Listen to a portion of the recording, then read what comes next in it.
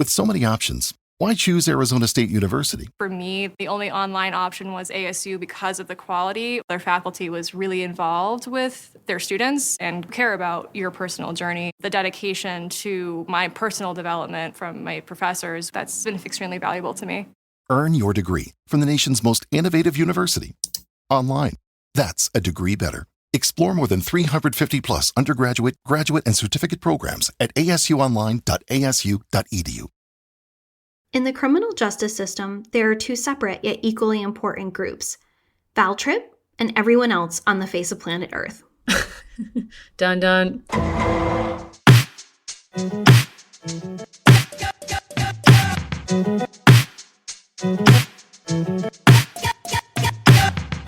Welcome to Dolls of Our Lives. This is the podcast where we're reliving the American Girl series book by book. I'm Mary. I'm still Allison. Allison, we're gathered here to talk about, a true legend in the American Girl canon. She's here at it again, taking us into the 20th century. Did you ever dream we'd be back with Val Tripp? I didn't. I really had no understanding when we started this going on 4 years ago that we would be with Valerie Tripp from, in our historical era from the mid 1980s right up to the present, but also looking at the arc of her career. The earliest book she had to be writing 1985, and this Maryellen series that we're talking about came out in 2015. So we're talking like a 3-decade body of work. And I'm more in love than ever. I would follow this woman to the end of the earth. I'm fascinated. I'm compelled. I had no intention of sitting down and reading all of the one and only. I did. The only thing I stopped for, I will divulge later, was to pick up a pair of scissors. I can talk about that more in depth, but this book inspired me. Your bangs do look good, so I'll say that if it's related. But yeah, I think what I constantly am at war with myself about Valerie Tripp, because on the one hand, I find her writing so engaging, and the way that she can imagine herself into the vulnerabilities and the chaos of being, a 9-10-year-old kid, I think is really impressive, no matter what age she's at. I do think, and we'll get into this, a learning curve for Val Tripp on certain things remains a flat line, and that is hard to see, but we can get into that as well. But before we get into the book, what's going on with you? What are you taking in these days? We got talking about, Law and Order and those types of things because we've both been dabbling with Love is Blind, which I now see as a criminal enterprise. Oh, I think one of the funniest moments to happen in recent pop culture history was Nick Lachey's introduction of himself. And he's committed culture crimes against Jessica Simpson. We've covered that extensively. That's been on our Patreon. That's out there. That material exists. I am in absolute shock of this season, which does feature a lawyer, does feature someone who is part of a defense counsel team. These are people from the West Coast. In my mind, there's this kind of erudition that comes with people from the Seattle area. Okay. I just assume that you have to have certain things in your life together to function out there. I think that was an incorrect assumption.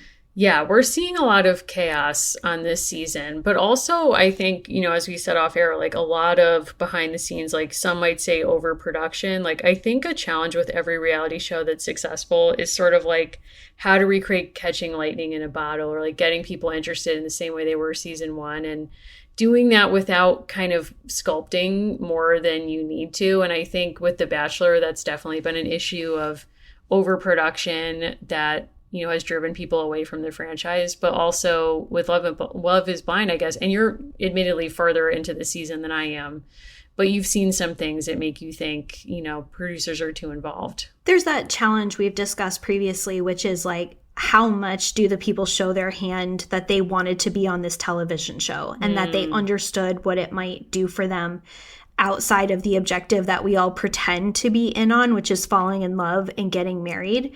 And I think that's where The Bachelor, as you're saying, has kind of had some recent struggles. When Love is Blind first came on, we didn't know what it was. The people who participated didn't know what it was.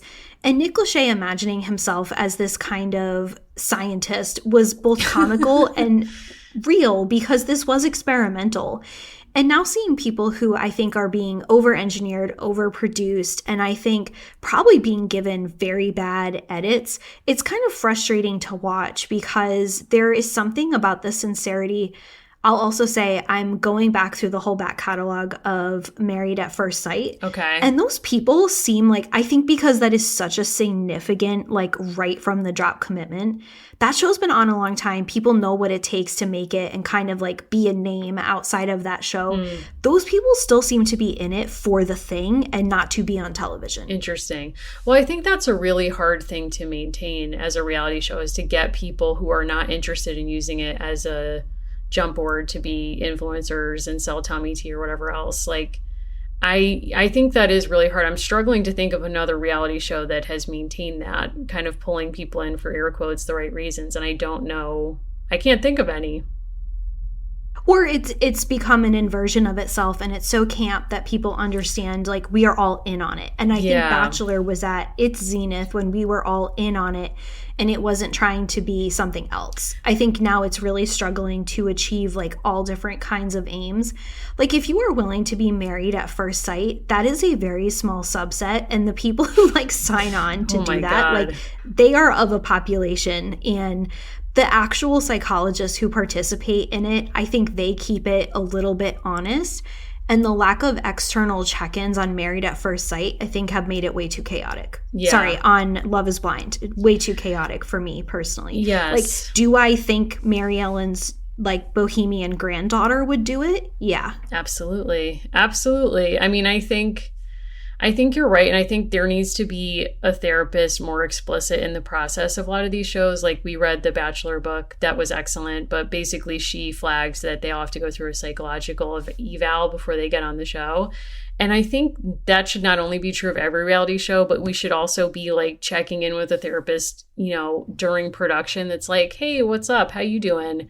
Because a lot of people would benefit from that. And I also think that reality TV, I've been noticing myself that I have a kind of fatigue, or like it's been hard for me to find a reality TV show that really captures my interest. And I think in a large part it's because the internet and social media like has made it so like none of them are fresh, or like none of the revelations feel real, because we already know, if you're on Instagram, like what has happened to some of these people after filming stopped. So I think that's why shows like Love Island and Big Brother and things like that have maintained an audience, because you can like literally like drop down on these people, I guess, at any time during filming. And the filming is live and up to date, and things are changing, you know, week to week. And you can't like scoop yourself by going on Instagram or TikTok or something. So I think that's part of it too. Like with Love is Blind, it's like people knew what was going on with Raven, you know, last season, and feeling really bad about that. So it made it harder to watch that season play out, I think. The comments off is always like the sign that things are about to get more serious. Ooh. Like when two people who are leads on the Absolutely. show have their comments off. I've also been noticing something that I think is a positive in that space, and I saw it like two very recent examples. The sister of one of the people who is on this season of Love is Blind, and the daughter of the man who's been dating Christine Brown from Sister Wives, who like pretty famously left her husband Cody. They've come out onto the internet and basically said, like, you have a story that you think you know about my relative, and here's a fuller, richer story in 2 minutes on TikTok. That's where I think like far more interesting content creation is happening, because it's not polished, but it's this like almost immediate counter narrative of, you think you understand this dynamic about this person, but what if you understood this whole other aspect? That, I think, is taking away a lot of the power that tabloids used to have, because most of us actually do want a fuller scoop. We actually do want to understand some bigger story. And when the daughter of the man who's been dating Christine Brown found that the same photo of her deceased mother was being used over and over, she said, hey, like, my mom always really hated that photo. And like, I wish you understood these other things about her. And for a 2-minute investment, you get that story. Reality TV producers can't keep up with that pace. Like, I think that's part of just the challenge of the world we're living in. Like, that's an amazing, like, rapid reply.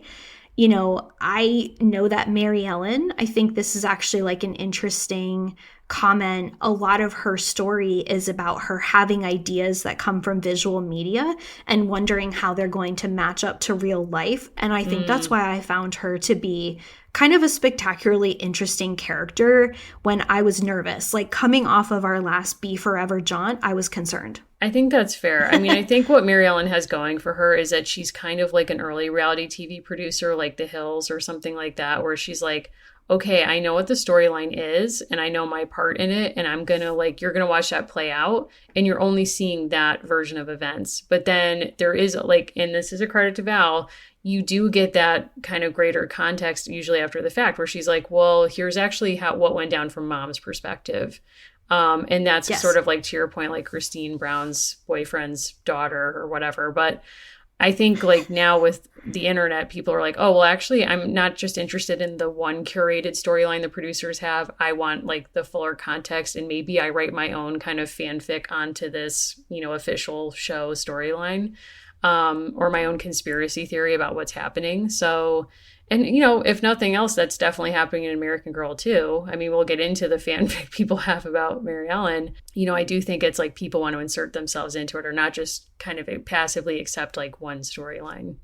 I'm curious if you could drop yourself into, because we've always said that we don't really have a lot of interest in living in time periods without toilets. Right. If you could visit Mary Ellen's world, would you? I don't think so. I mean, here's what's difficult. I really love, from a design perspective, mid-century modern. Like, not to be basic, but like, I do love 50s aesthetics in a lot of different ways. And I just found actually a poster that my grandfather co-owned with his cousins, an Italian. We'll get into, Italians being under attack in this book. But after the war, he owned a drive-in movie theater in Rhode Island with his cousins. And I found a poster from the 50s from that movie theater. And it's really cool. It's like, I love that design. Would I love the other things happening in the 50s? I don't know. Like, I just read a book about gay Washington, D.C. and sort of like federal like attempts to like hide or out gay people as part of like anti-communism, et cetera. And it's like, I don't really know that I wanted to be part of that or like be around for that. I don't know. What about you? I don't know that I want to be with Maryellen for a few weeks. Like, I think I think I would be okay. I'm intrigued by the world that she lives in. I do think I would prefer this to 1940s Hawaii just for like the sake of stability. I think, yeah. I mean, you're not going to be literally under attack in 1950s Florida.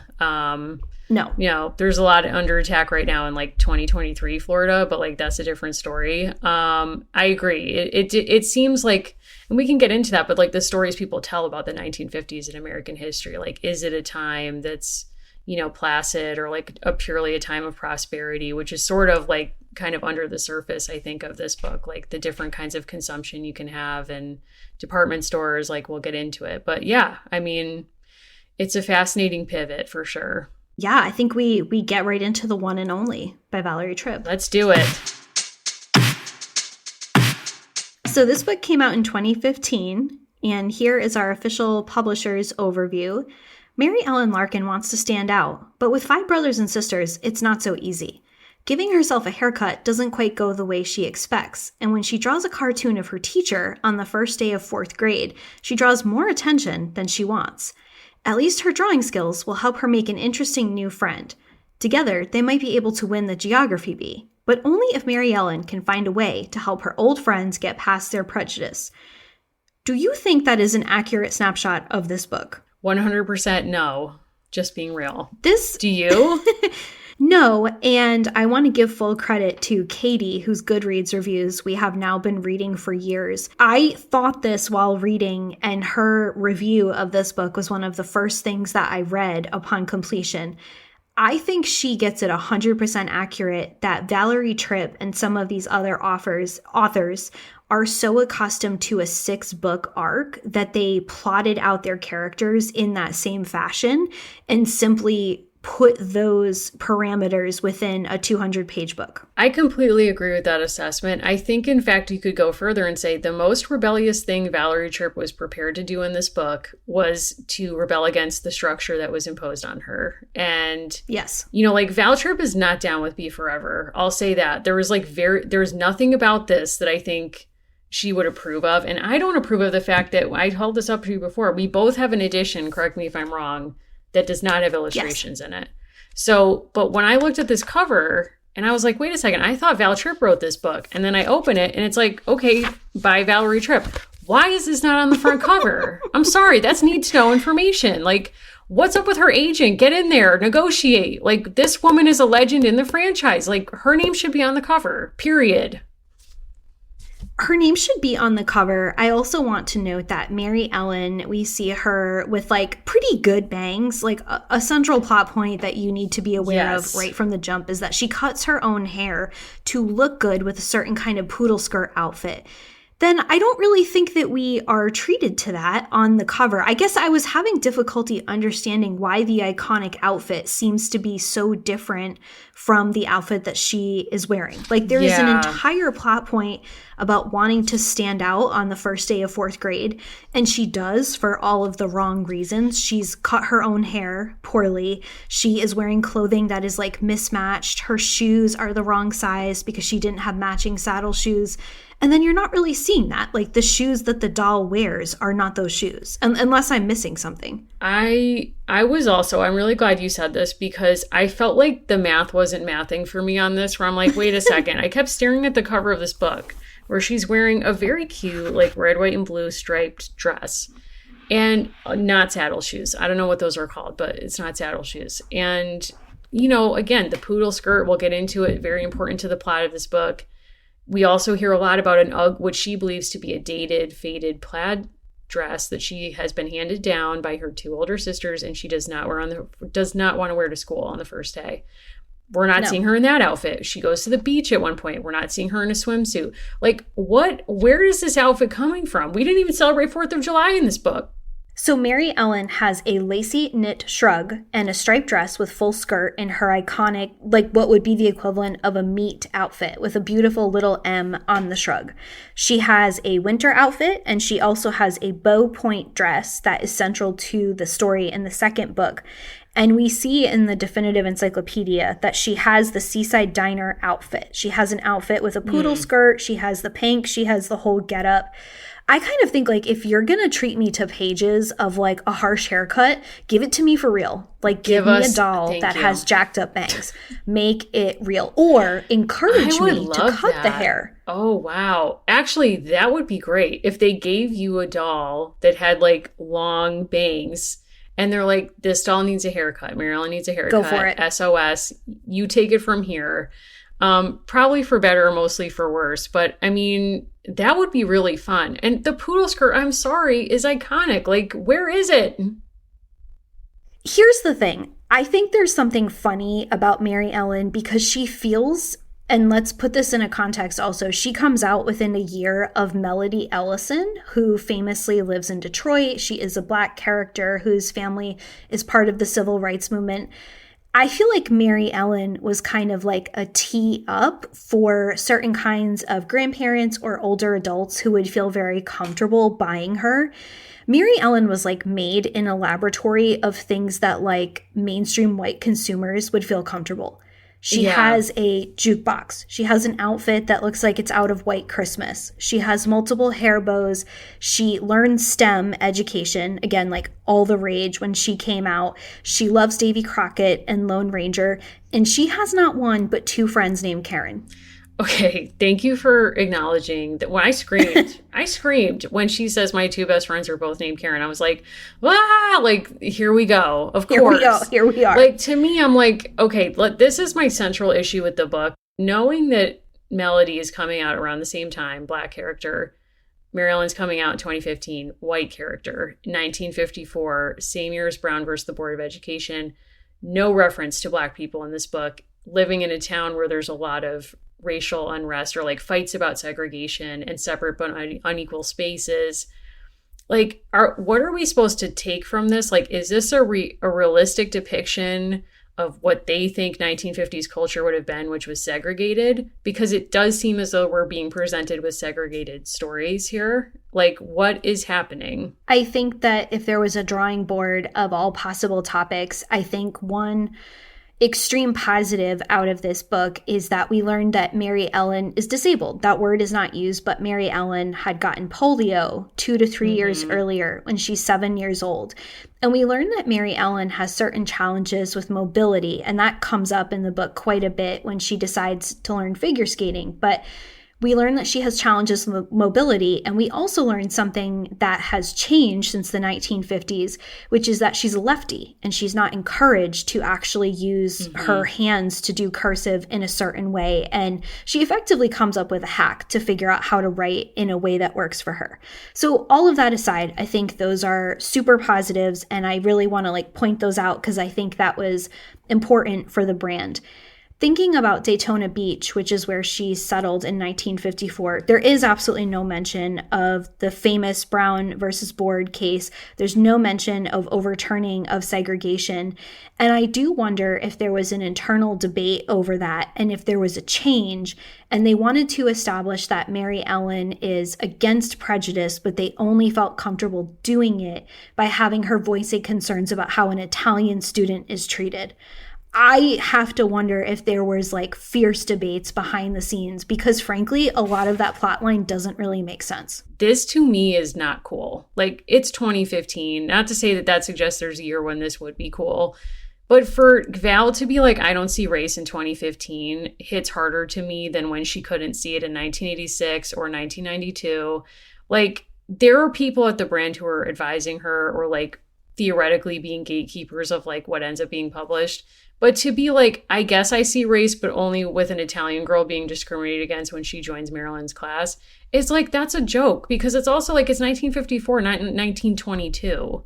This isn't, or 1880. This isn't a time when Italian Americans were being specifically targeted, as an ethnic group. I mean, some people might dissent from that, but large scale discrimination against Italian people was not happening in 1954, not to the degree that it's happening to other groups. So to me, I was just you really had to try not to see it in Daytona, Florida in 1954. And I'm just really disappointed by that. And again, it is wonderful that they have open and frank discussion, but also not cheesy about what the life of a disabled person, disabled by polio would be like. That's wonderful. And it's really strong. We haven't seen the STEM stuff yet, but I'm excited for that. But this piece of it, it's just are you serious? I guess I'm just this is bizarre. I need to see some change over time. I think, yeah, there's a really important distinction. I liked the way you talked about her world being segregated because I think there is let's go back to Felicity for a moment. Felicity's world has hierarchies and it has deeply ingrained power structures, but it's not actually segregated in a certain way. Right. Felicity is constantly interacting with free people as well as Black enslaved people in her community. That is part of her lived experience, and there's certain things that she doesn't see. I think there is a world in which you write Maryellen and you configure her world and her classroom in such a way where it is so implicit that it's segregated. It's never questioned by Maryellen. It's simply a part of her life. And then you situate, there were tremendous debates in this same exact time period over whether beaches should be integrated or segregated in Daytona Beach. Bizarrely, one of my pockets of knowledge is about Bethune-Cookman, which was a historically Black college that had a tremendous home economics program. And so when I think Daytona Beach, I think of Bethune-Cookman.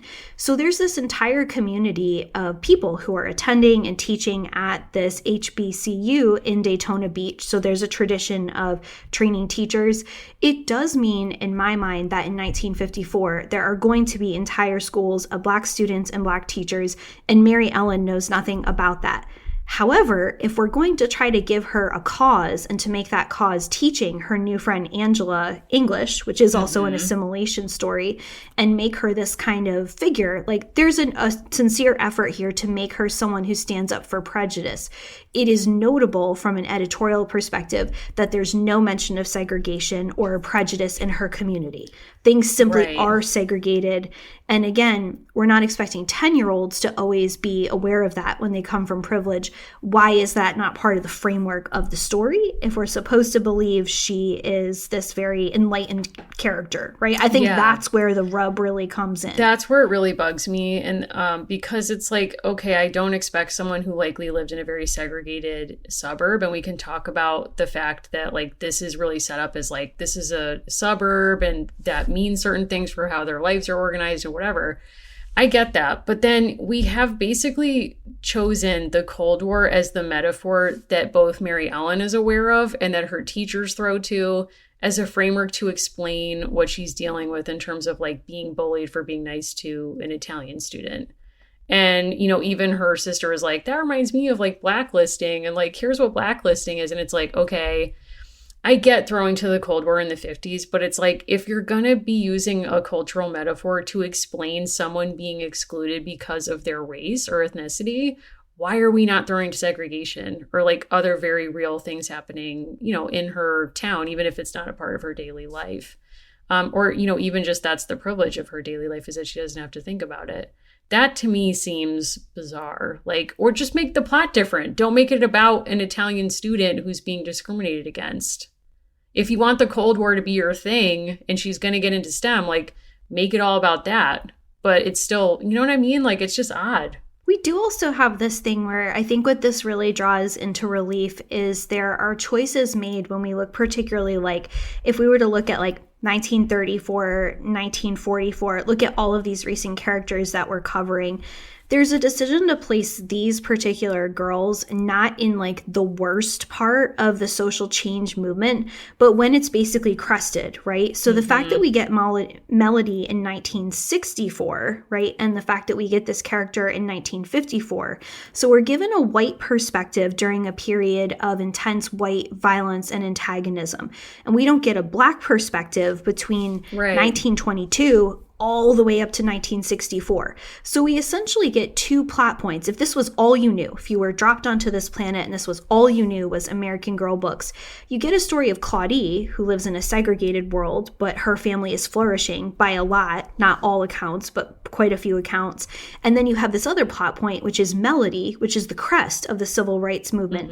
You're not given what's happening between like the 30s through the 1950s to make a situation so intolerable that such a movement is needed. Melody just kind of like appears and is part of this tremendously successful music industry that people had to claw to make the previous 30, 40 years. Exactly. And what's interesting is like, you know, segregation may not be part of her day-to-day life, but at the same time, we are taken into parts of society where she would have been exposed to it or seen it. And even there, it's hidden from us. Like there's a point. So the overarching, well, if you were saying like this is kind of 6 books, you know, dropped into one. So it's a little bit hard to tell you the plot, except to say, you know, Maryellen lives with a family of 6 siblings in Daytona. She's going to school. She's trying to navigate making friends and keeping friends. And then she decides to go visit her grandparents in Georgia because she wants to have a white Christmas. She, to get there, goes on an overnight train ride by herself. When she's put on the train, her parents are obviously nervous and they talk to the porter to make sure to keep an eye on her because she's traveling alone and to make sure she gets off in Atlanta. We never get a description of that porter. But if you think about spaces where people would see a lot of civil rights disputes happening, I mean, public transportation is a huge example of that. So even if they didn't want to make it the story, it's like, why didn't we get even just a small moment or description of like the reality of what that was? I think it's also, you know, to underline your point, she does live in a Jim Crow world. She just happens to be on the privileged side of it. Right. And I think I'm saying this partially because I have no interest in rewatching The Help, and yet my TikTok algorithm forces it on me every single day. Really? Yes. I see a clip from this and The Big Bang Theory. Like if I was on there right now, it would come up. And so the whole kind of plot line of The Help is about a young white woman who wants to kind of like break expectations of her period. And she wants to write about the experiences of Black women who are only regarded as, quote, like the help. So it lines up roughly with like the world of Maryellen and into the Melody type period. But I bring that up because, like, Jim Crow is not an experience that is unique to Black residents of Florida. Like, they are all living in a Jim Crow world. And I was reviewing some books about family life in the 1950s. And part of why it's useful to point out that she is part of this segregated culture. There's so many questions I had about Stan and Kay Larkin, who are Maryellen's parents. We know that Kay was not just working at a factory during the war, but she was actually a supervisor, and that she is from the North. We know that they chose to move down to Florida, but we're not really sure why. We know that Stan has a pretty important job of some kind, and he travels. One of the biggest myths of the 1950s is that these families just like had it all together, when in fact they are a great example of like there's probably someone in this family benefiting from the GI Bill. They are benefiting from the fact that Kay, as a white woman in the North, probably made quadruple a typical factory wage because she got hired to be a supervisor in that period. I'm so interested in like how all of that timeline is supposed to work, because Joan, who's 17, the eldest, is quickly followed by Carolyn, and then we have Maryellen. There's a younger sister named Beverly, and there are two brothers named Tom and Mikey. This entire family came together, and Kay was working in a factory during World War II. Like, I have questions. That's wild. So it's like doing the math, like, okay, we're in 1954. Jean is 17. So Joan had to have been born in the 1930s, because Joan is 17, so she's obviously completely ready for marriage. That's a central element of can her I story. just say the like terror I felt when Maryellen was like, so of course, like she might get married right out of high school. So many girls do that. And I was like, Ma, what? Like, I know that's true, but I'm like, oh my God. No, the three characters we have not like heretofore mentioned in detail are Grandpop and Grandmom, who are the parents of Kay, who live in Georgia for reasons unknown, and Jerry Ross, who is just like casually noted as Joan's husband online, which means they definitely get married. Oh, wow. Maryellen is trying to engineer a situation in which there's like a cool girls' room, and she gets some space from like, in her mind, uncool younger sister Beverly, as well as the boys. Something that like I will never forget as long as I live. She thinks that her mother is underappreciated, and so what she does to prepare for Kay's friends to visit is she sloppily paints the front door red and burns the brownies that are cooking in the oven. The fact that these people have kept these 5 children alive to this point is a shock to us. It's a shock. I Honestly, think we can admit that. We can. That scene sent me big time, where I was like, this poor woman. Like, the fact that Maryellen in some ways too clearly is like starved for attention because she's one of 6 or whatever. And so like that's pretty explicit. Like everyone says that to her every time she sort of acts out. But her internal monologue at that moment, like they've just been to the beach with Joan and Carolyn and all of them. And she comes home and the mom's like, I'm going to get the friends. I put brownies in the oven, like just take them out of the oven when they're ready. And they're like, okay. And she's like, literally, wash your feet off with the hose before you go into the house. I've cleaned it. Like, we're so ready. I do not want the house messed up. Don't do anything. And Maryellen's like, this is my moment. Like, she says, probably Mom felt sort of taken for granted. Maryellen knew how that felt. I'm going to think of a way for Mom to impress her friends.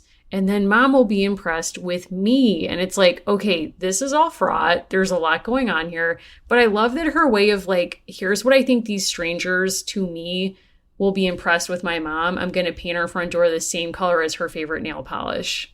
It's like, that is such child brain too, that I was like, this is a really genius plot point. But it was so visceral. I was like deeply uncomfortable. There's a line where the mother says, Ellie, like it or not, you are just one of 6 children. You can't be the center of attention all the time. And there's these like wonderful turns of phrase that are very much like of the Trip universe. But Mom didn't hear Maryellen. No one did. And the truth is like Maryellen is trying to bring like a complex interior decorating scheme to the family at the exact moment when no one wants to hear it. I was really struck thinking about this character, thinking about recent reads we've done, Linnea, Kit, and Rebecca, and something they all very much had in common, especially Rebecca, who like loves a certain kind of attention that I think is actually very smart on the part of the brand. all of these 9 to 10-year-olds keep being treated like children in a very specific way because they are, but they resist that. And think of how different that is from earlier characters, like take a Kaya, take a Caroline, where there wasn't the same expectation that young people have a childhood. I really like the way that these books like subtly introduce, there are certain things that these kids are not supposed to be doing because they're supposed to be children, but they buck against that. Valerie Tripp handled that differently when we had Felicity and Josefina.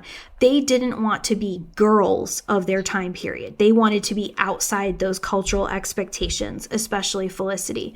When we get to Maryellen, her vibe is really more along the line of, I'm frustrated that I'm being treated like a kid because kids are treated as special people if you are white and live in the community she lives in. I think that's all true. It is interesting to see how that trajectory kind of like changes or doesn't over time.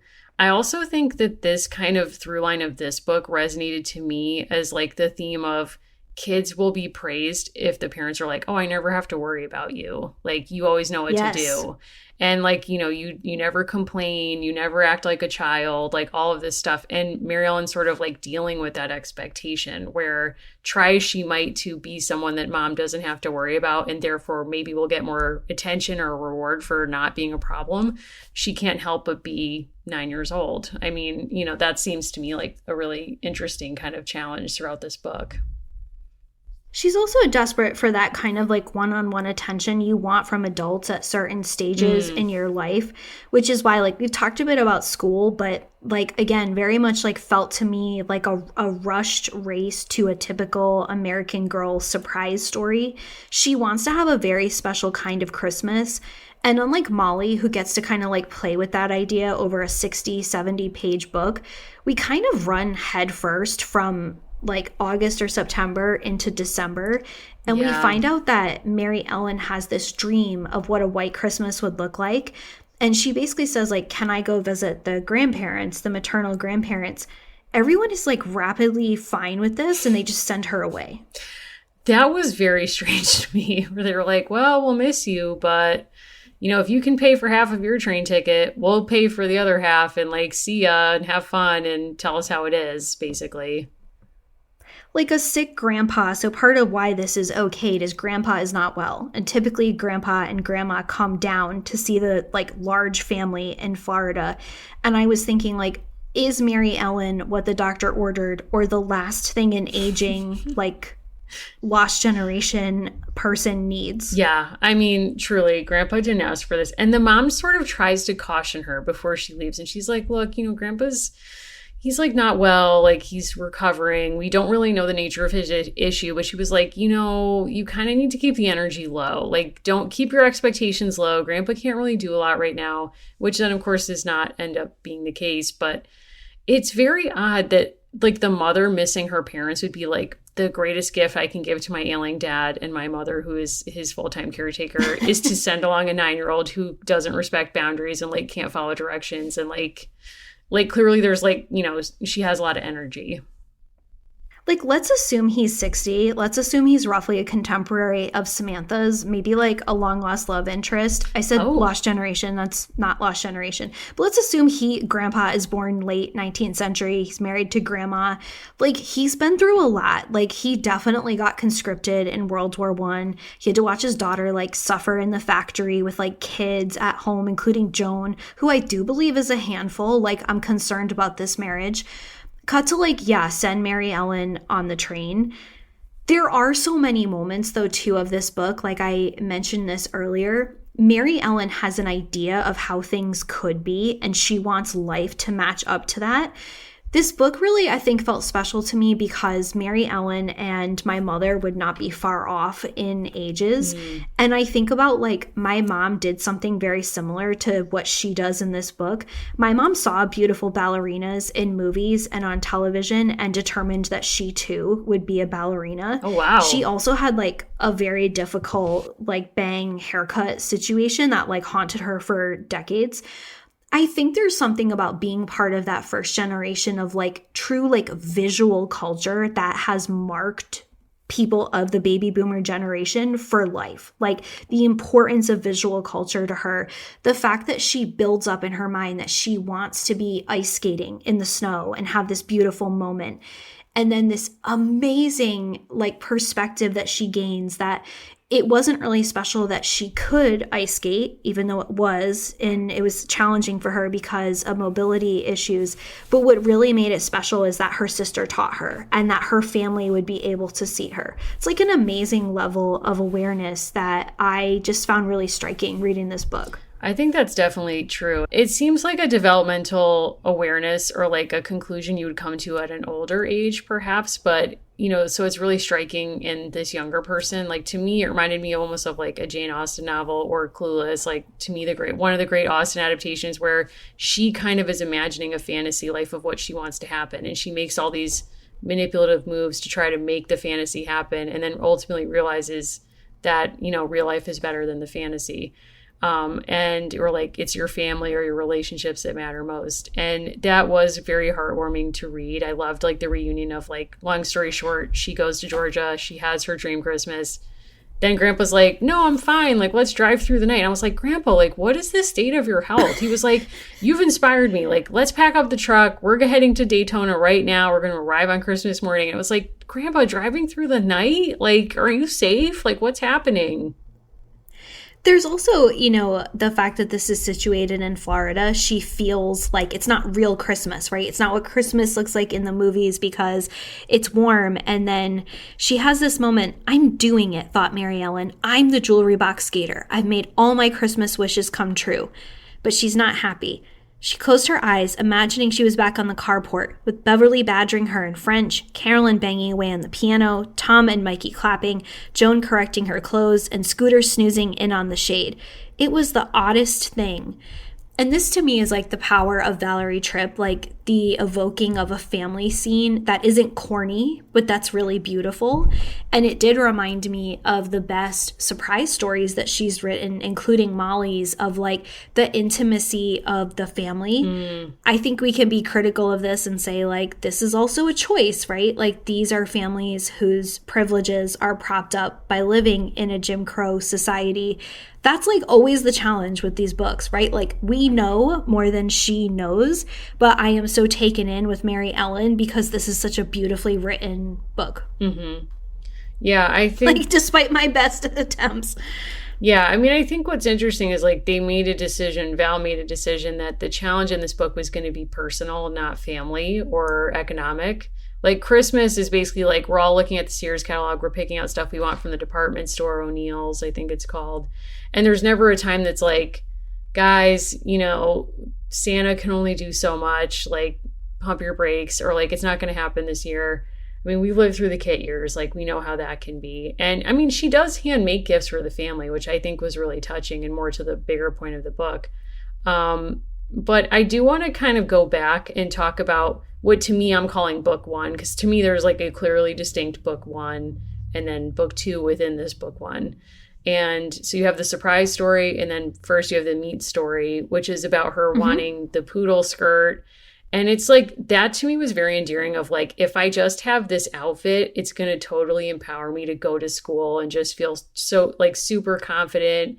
And I think she wants to be embraced for her uniqueness, which makes it all the more interesting that she arrives at school and the two Karens have bought the other poodle skirts to match her. And she's like not thrilled about that. But before even that, she wakes up the morning of the first day of school and she makes, you know, we all get to choose chaos when we want in our lives. And that morning she chose chaos. So like, I want to check in with you. Like, what did you make of the bang cutting scene?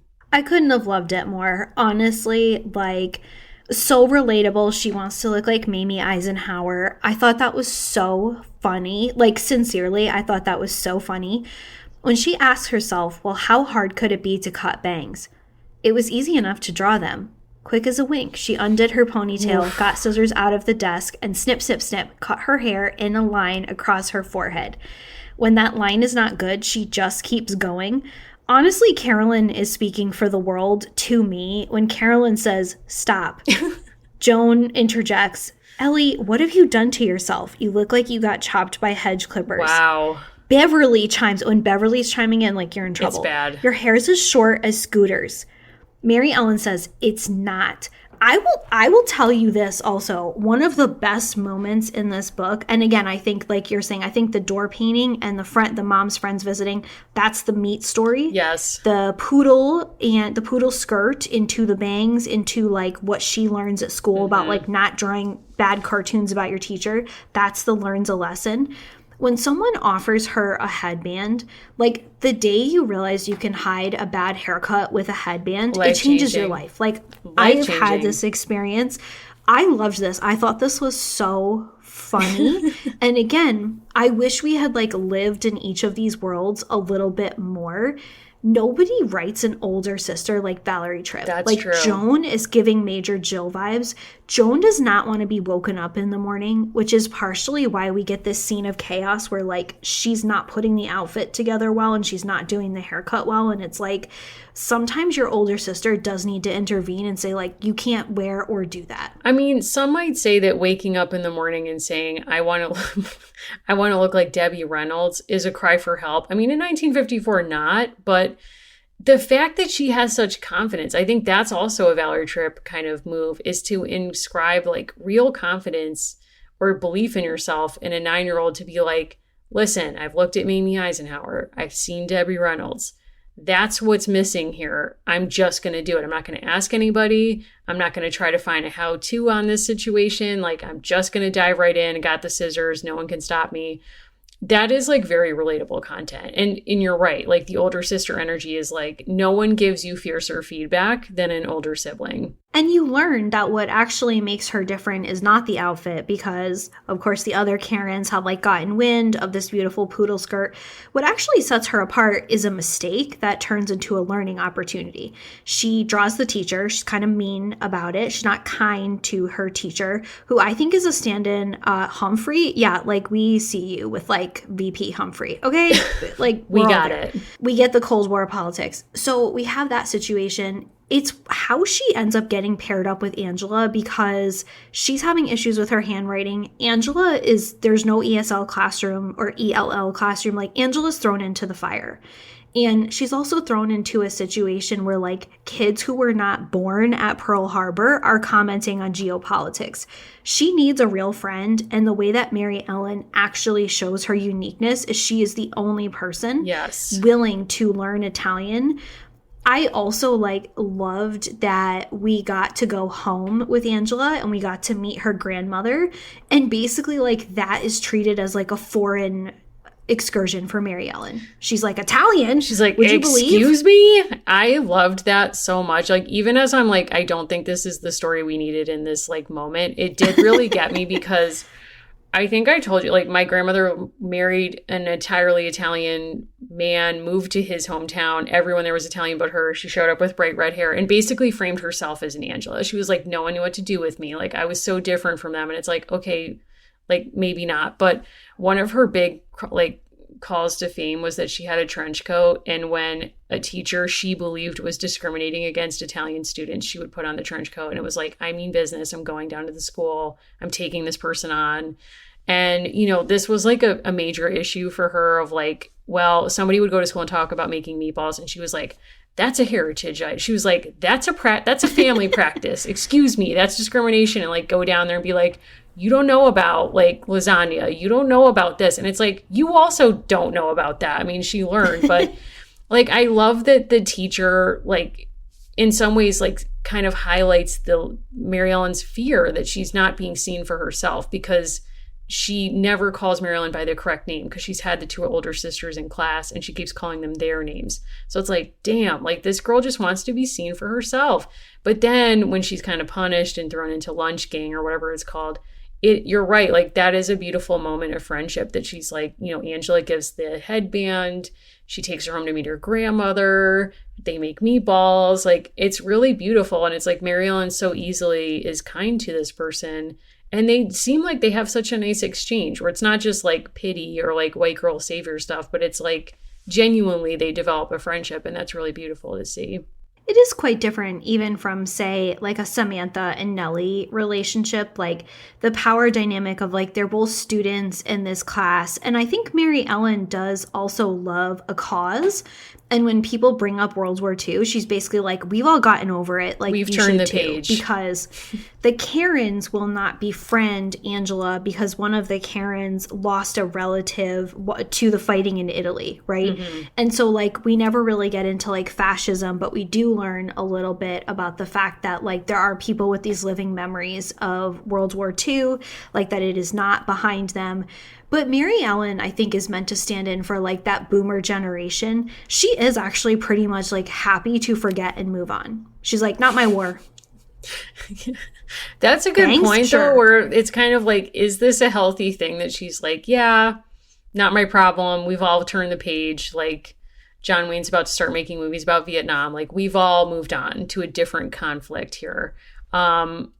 I do wonder about that. I did love that Val lets her teach us about the Cold War. That was one of my favorite parts of the book, where it's like they're doing geography, which is her favorite subject to this point. And she's like, yeah, I know where Russia is. And she was like, let me tell you something about Berlin, okay? She was like, it's been sectioned off, okay? Russia. Like, the Cold War is all about us having weapons we were not going to use on each other, but we want to let us all know we have them. And the teacher's like, yeah, you're really onto something there. And everyone's like, huh? Like, it's amazing that she's the one who's like, guys, study up. This is what's going down. This is also the exact way that Valerie Tripp taught us through Molly what World War II was. Because Molly is the voice in the geography class, and her back and forth with other students. That's how we learn what's actually going on with the war. And that's what sets the seeds for the Save the Days story, because we know that Molly knows about, like, France, and then, like, she recreates the D-Day landing at summer camp. There's an amazing line, maybe cold comfort is all you get in a Cold War. Like, there's a Cold War going on between her and the Karens, which is, like, a metaphor for our nation right now and consumerism. Of course. But we learn that, like, she has certain, like, pop culture interests that are very important to her. What struck me is the choice to leave out certain, I would say, traumas, like, not lightly, that would have been part of her life. We don't have air raid drills in this book. Maybe we are going to get them.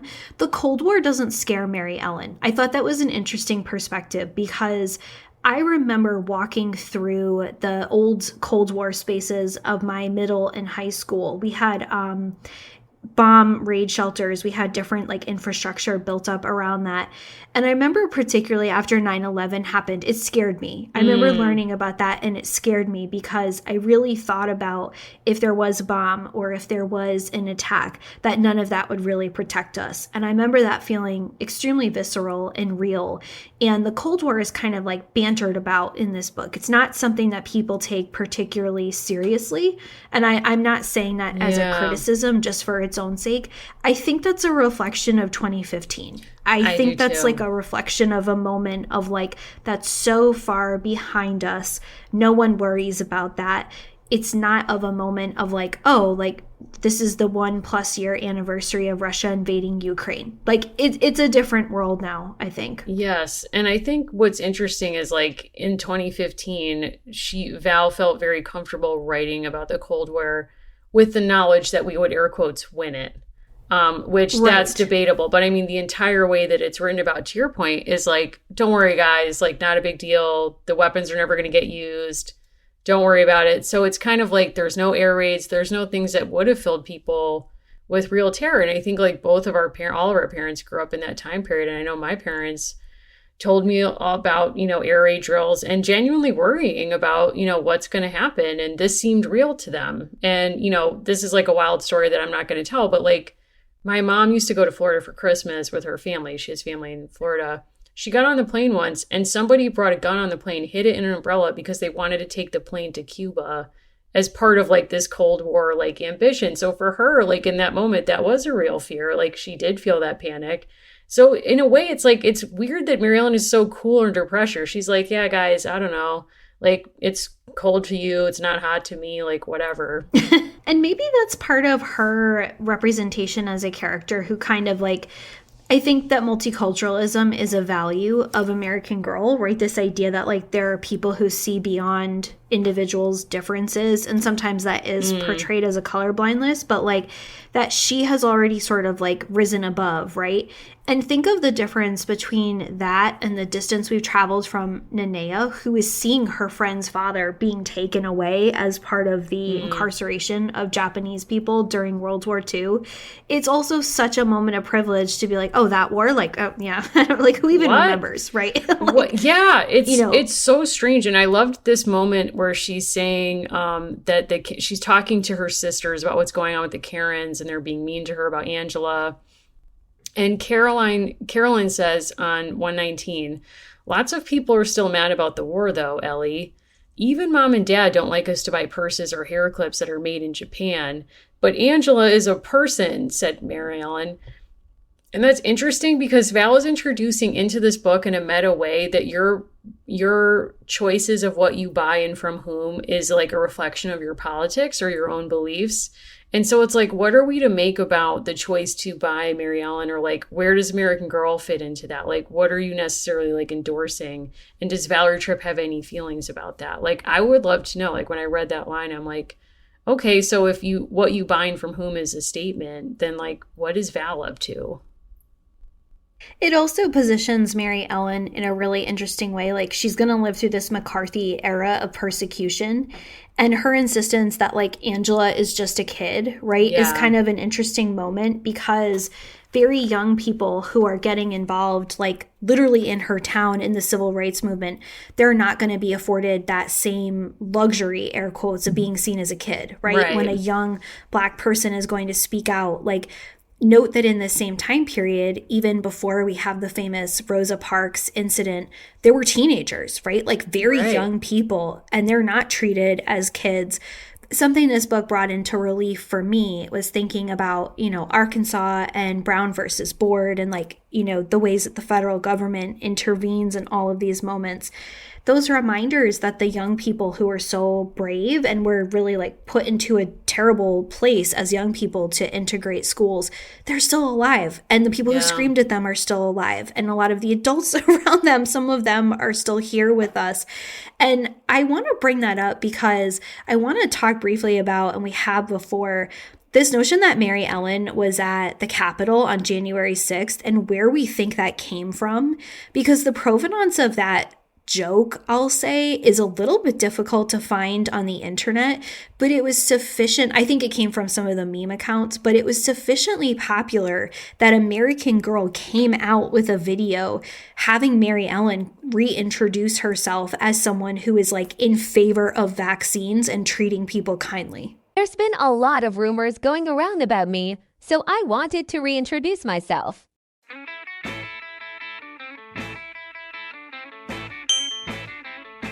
My name is Maryellen Larkin, but you can call me Ellie. I slay the pant game. Girl boss, behavior only. My dream is to be a rocket scientist. Hashtag women in STEM.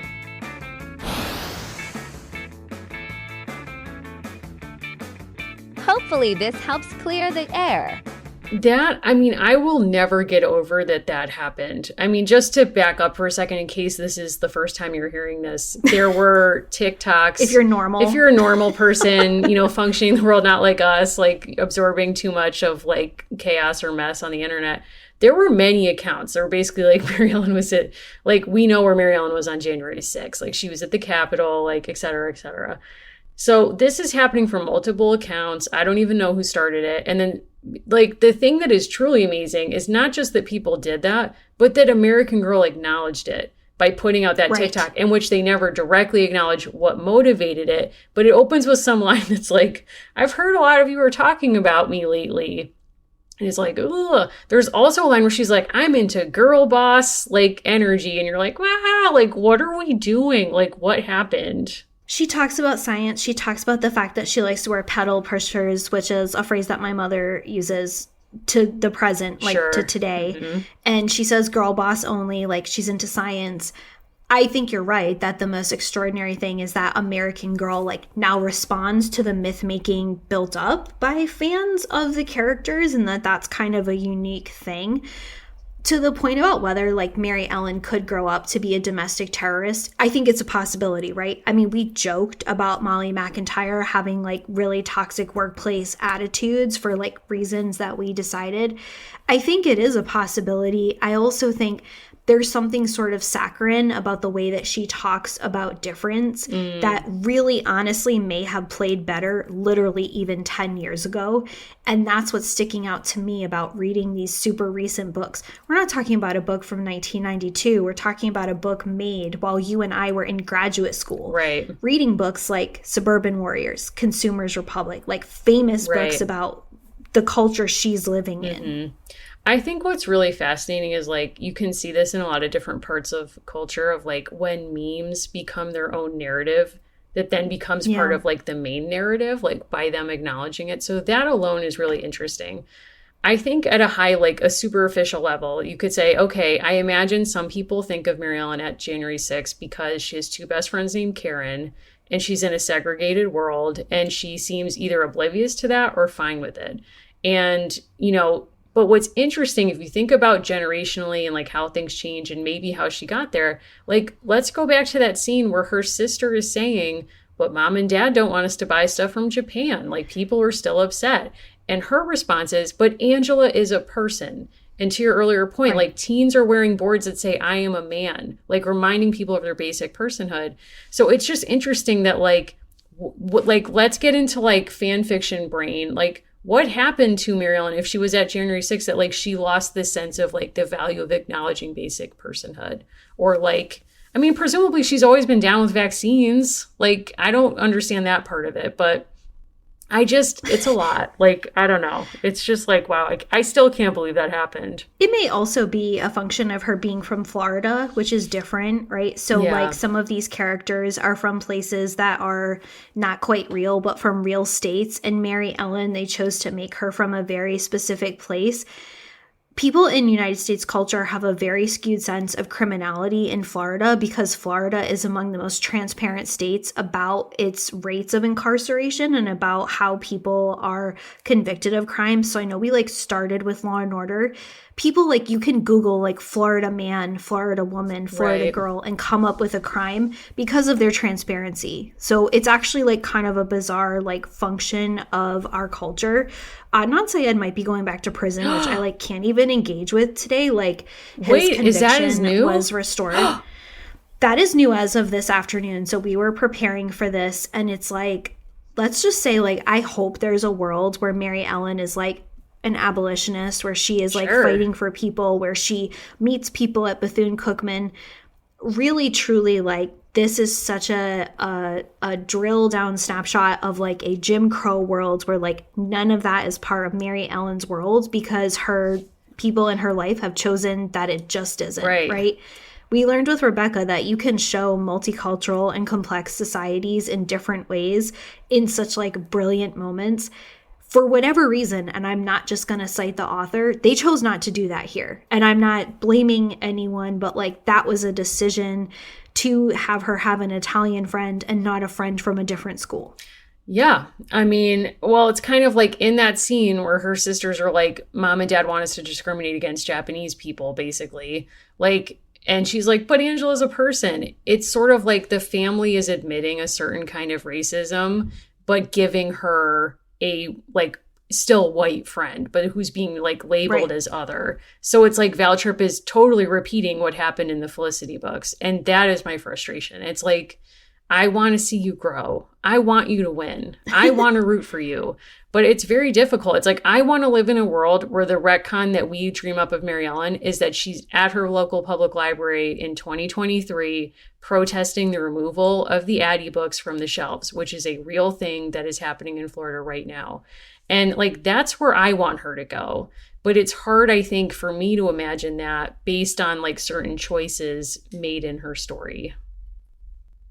It's also, you know, a sharper criticism now because we got to read the wonderful Meet Claudie by Britt Bennett, which showed segregation, but also showed the shape of it, the contours of it, the limits of it for the people living within a segregated society. And I think part of our change has to be not just talking about segregation as something that affects people who are also being marginalized in it, but Maryellen loves to learn from her friend who has a life that's different and that we all miss out, right? And I don't think that's corny, but I think like everyone loses something when we limit our world in a specific kind of way.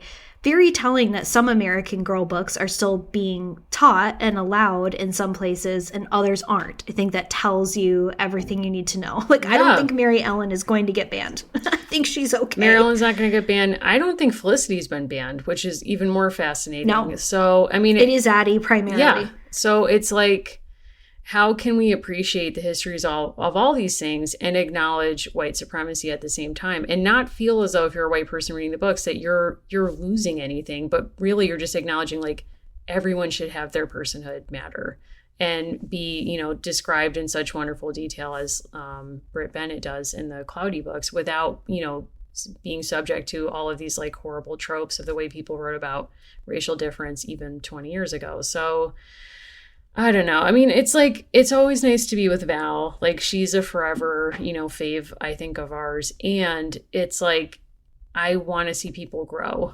and change and receive feedback and like seem to act on it. And this just kind of seems like same story, different time or like different place. And I don't know. I mean, it's like, I both really enjoyed a lot of the moments of it, like the moments of friendship and family and her uniqueness and the chaos of the bangs cutting and all that.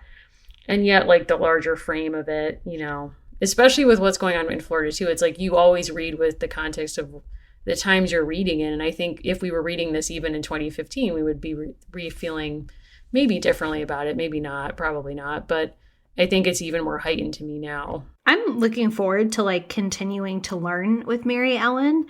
I know that we might be like threatened with a trip to space, which scares me. And I will talk in the next episode about my recent visit to the Kennedy Space Center, which my family, I will say, inflicted on me because they had an agenda and that agenda was not met. So I will like tease you with that. But I am actually really excited. I know that we plan on at least covering Maryellen's second book. We'll talk a bit about her like side quest book. And then she has a film, which I think is really exciting. I love when we get an American Girl film.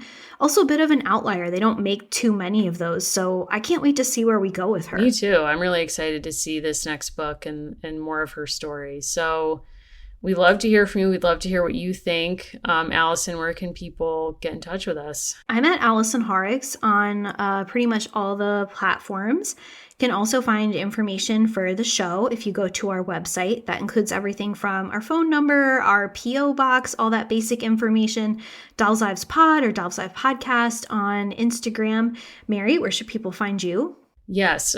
Feel free to find me on Instagram at Mimi Mahoney. I am on Twitter at Mary Mahoney123, but you're more likely to hear back from me on Instagram. So I'd love to hear from you.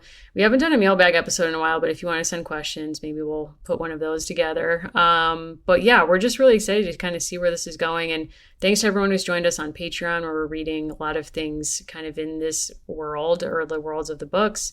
And watching things, and our Discord community is really fun. So thanks to everyone who's supporting us there as well. And if you're not, feel free to check us out.